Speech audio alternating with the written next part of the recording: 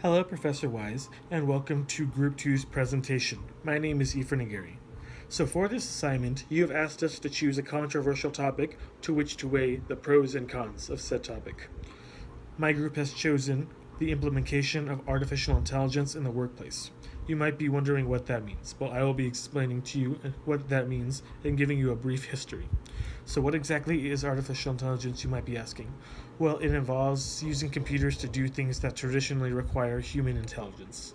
This means creating algorithms to classify, analyze, and draw predictions from data. It also involves acting on that data, learning from new data, and improvising over time. Basically, it involves teaching a machine to perform a task by showing it over and over again how to do said task, for example, office work. It's important to note that AI is different from automation. Automation involves programming a machine to do a specific task, and only that task, and only in those limitations, while artificial intelligence gives the machine a data pool from which to learn from and improve upon. So, take this example. You could teach a machine how to solve a Rubik's Cube by setting in a certain algorithm to solve said Rubik's Cube. That would be automation. Whereas you could teach a machine to play chess by showing it a bunch of videos of chess players implementing the rules of chess. This would allow the machine to feasibly play an actual game and adapt. That's artificial intelligence. It was the brainchild of science fiction writers, but it really wasn't feasible due to the limitations of computers at the time. But this changed around the 1950s as computers developed the capability to store commands performed. In 1965, Alan Newall, Herbert A. Simon, and Cliff Shaw invented the Logic Theorist, a program designed to mimic the problem-solving skills of humans. This was considered to be the first artificial intelligence program. The viability of this program allowed AI to flourish across the decades, but it did lose momentum until the 1980s, when the Japanese government invested $400 million with the goal of revolutionizing computer processing, implementing logic programming, and improving artificial intelligence. During the 1990s and the early 2000s, there was another boom of artificial intelligence. And now recently, AI is being used by companies in the workforce. In this video, we will establish the pros and cons of AI in the workforce and what that means for your workers and what that means for the economy. Enjoy. Oh my gosh, my manager just had a stroke because she is just overwhelmed with the amount of work given to her, and she can't take it anymore. She really needs a helping hand. Hi, my name is Angela Singh, and today I'll be talking about why AIs are needed in the workplace and how they are efficient. I'll be talking about the AI chat boxes, how they are helpful in the HR department with hiring process, and how they reduce understaffing. So AI chat box, aka online conversation via text, are very helpful because it puts less stress on the company and helps improve customer service. They can even be used in the medical field. So, an article from Medical Futurist, they stated that by putting AIs in medical fields eases the burdens on doctors and help patients learn to take care of their health responsibly. So, during this time with COVID-19, not many people want to go specifically to the doctors because it's a higher risk of catching COVID in those places. And so people tend to go online and type in their concerns in the chat box, and the AIs are able to just give them the answers or help them out or find a solution. Just little tips. And it really helps the patients themselves to have a better understanding of what to do to avoid the situation they're in right now. AIs also help in the HR department with hiring process. So according to Matthew Hartman, PhD in engineer science, discovered that AIs can write compelling job descriptions and save time for employers. I remember when I was working at Target, my managers would get very stressed out and overwhelmed during the holiday seasons, whether it was Christmas, 4th of July, or Valentine's Day, because they have to make sure all the displacements and all the things for Valentine and all those holidays, all of their stuff were out for sale. And they had to make sure everything in the store before they go online to post a job opening. So by saving time, they use an AI to type up, to create the opening for the job position and type up a description for it. And it really saved them a lot of time. Lastly, when people call out from work, AIs typically cover their positions. According to MarketWatch, they discovered that roughly 17 million people usually call out from work after a big event such as the Super Bowl, Christmas, New Year's, or even just simply being sick. So by using an AI to cover the position of the missing employee, it really does reduce the amount of understaffment for a store, and it also helps them financially because you don't have to pay an AI for the hours they're working. It's part of your company, so you're actually saving money. Overall today, I've talked about why AIs should be in the workplace and how they are efficient. They are efficient with the chat box, and it helps HR department with the hiring process and reduces the amount of understaffment in certain stores. So maybe next time when you open up your own company, you should consider having an AI. An important aspect to note about efficiency with artificial intelligence is that most accessible versions that everyday businesses will use will run into problems. AI in everyday workplaces, they do not have the intuition that humans have to learn on the go. Ian Goodfellow, an MIT computer scientist who helped write the book Deep Learning for MIT, showed that there are two types of learning that robots can do: supervised and unsupervised. And most businesses are going to use supervised learning, meaning you need a programmer to go and teach the robot, this is good, this is bad, and only do what is good, something to that extent. And the problem with that is once you've taught the AI what it needs to know, that's it. That's all it knows. It's not going to be able to do anything outside of its training, such as if you train as a grocery store clerk and you show it all of the products in your grocery store except for apples. If a customer goes up and says, "How much is this?" and shows an apple, the AI is going to have no idea what you're talking about. Whereas a human would be able to discriminate between apples and all of the other fruits and vegetables that it knows. But an AI would simply just not have any idea what you're talking about. Which brings me into the next point, that machine learning, which is what you do to teach AI what it knows, takes long amounts of training and countless data gathering sessions and processing on the bot's part and the programmer's part. And again, since most businesses, for everyday businesses, are going to be supervised learning, you need a programmer down for all of those hours training the robot. And still, even with all of these hours of training, it's kind of hard to tell when a robot's ready.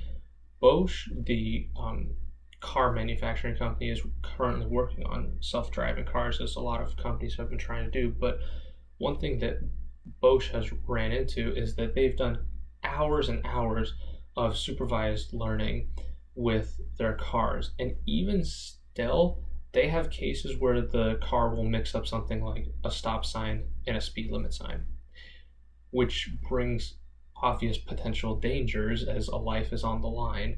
And even though you've spent all of these hours, there's still a small chance that even when it's faced with something that it should know what it is, it still won't. And with these potential dangers only increase the higher, more skilled job you put the robot in, such as like construction or medicine, which brings me to my last point about AI efficiency. AI cannot explain its thinking. With jobs, advisory jobs, such as the medical working industry, for example, a man, Samir Hijazi from Cadence Networks, that works with convolution neural networks, which is one of the methodologies we use for artificial intelligence, showed that most accessible AI that we use today cannot explain why it's thinking what it is. So if you have an AI in the medical field, it's going to say this person has this type of cancer, and knowing why they have that cancer can be quite crucial into the role of their treatment. So you ask the robot, well, why does this person have the cancer that they do? And Hijazi with Cadence Network showed that robot will simply tell you this person has this cancer because they have this cancer. It's just a tautological response. It won't be able to tell you why, whereas a human doctor will be able to tell you. So all in all, AI can help a lot with teaching and supervised and unsupervised learning, but we still have leaps to go to make that level of efficiency of being able to explain what it knows, being able to learn everything and tell us when it's ready, and to have that human intuition. We're still leap years away from that. One reason why I am so optimistic about artificial intelligence is that improvements in basic research can improve systems across so many different fields. This is a direct quote from Mark Zuckerberg, the CEO of Facebook. Hi, I'm Fallon, and today I'm going to be talking to you about artificial intelligence in the workplace. Specifically, I'll be discussing 3 reasons on how artificial intelligence can be beneficial. First off, artificial intelligence can be beneficial to a business since it can save them a lot of money in the long run. According to Clifton B. Parker, a writer for Stanford News, machines can perform non-routine cognitive tasks, and advanced robotics can perform manual tasks. This is important for a business to know because instead of hiring a dozen employees to carry out a specific task, they can actually implement an artificial intelligence machine to do it for them. This will then reduce their staff and will also lessen their operational costs. In addition, artificial intelligence can also help a business because they can also save them time. Vishal Maria is a CEO of an enterprise intelligence company and a former contributor to Forbes. And he explained that organizations who enable artificial intelligence are increasing operational efficiency and making faster, more informed decisions. This is important because AIs, for example, can analyze large amounts of data compared to someone, as a human, like a data scientist. And this will essentially save the company or business a lot of money because they're saving a lot of time. And then lastly, artificial intelligence can be beneficial to a company because it helps reduce error. In a Pew Research survey, David Cake, who is a leader with Electronic Frontiers Australia, stated that machine learning and related technologies have the capacity to greatly reduce human error in many areas where it is currently problematic. So we all know we are human and we are all bound to make mistakes. However, with an AI machine, this is very unlikely since AIs are programmed specifically to do a specific task. Therefore, it reduces error in whatever area or field that they're working in. So, for example, AIs in healthcare have helped reduce error due to its ability to efficiently and accurately diagnose a patient. So artificial intelligence is something that we should implement into the workplace because it not only increases productivity, it not only increases accuracy, but it also saves us a lot of money in the long term. So thank you for your time, and I'm going to pass it on now to my group member, Amsel. Hi, I'm Amsel, and I'll be talking about another con for AI, which is the beginning cost. The beginning cost includes the factors such as the machine cost, human cost, and the time that should be considered for the production of AI. So the first one is machine cost, and one of the first steps of creating an AI would be choosing the type of solution that someone would want to implement into their business. And that includes chatbots, virtual assistants, data analysis, and much more. And they can also choose a pre-built solution, which is data sets and algorithms that have already been made, and custom-built solutions, which data sets have been customized. WebFX, which is a digital marketing company, states that pre-built solutions can cost up to $40,000 per solution, and custom-built solutions can cost from $6,000 to $300,000 per solution. So the business and technology world are very competitive. So even though the pre-built solutions are much more cheaper, companies invest in custom-built solutions because they are more useful in the long run. So prior to creating the AI solutions, someone would have to analyze how the AI would be put into use, and that leads to the human costs. So the human cost is all the employees, such as engineers, researchers, data analysts, and developers that would carry out the project. And Cade Metz from the New York Times mentions that the salary of AI specialists range from $300,000 to $500,000 a year. So that alone is pretty unrealistic for smaller companies.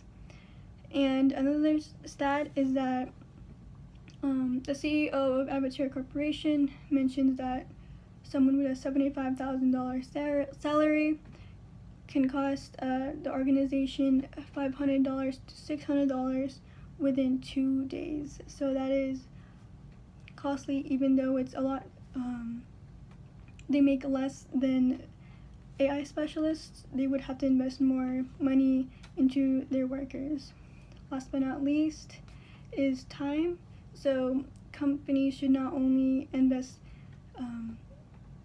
money, but they should also invest in time, because they should figure out how long the process of training and developing is, which could take months to 2 years depending on the data as well as the workers.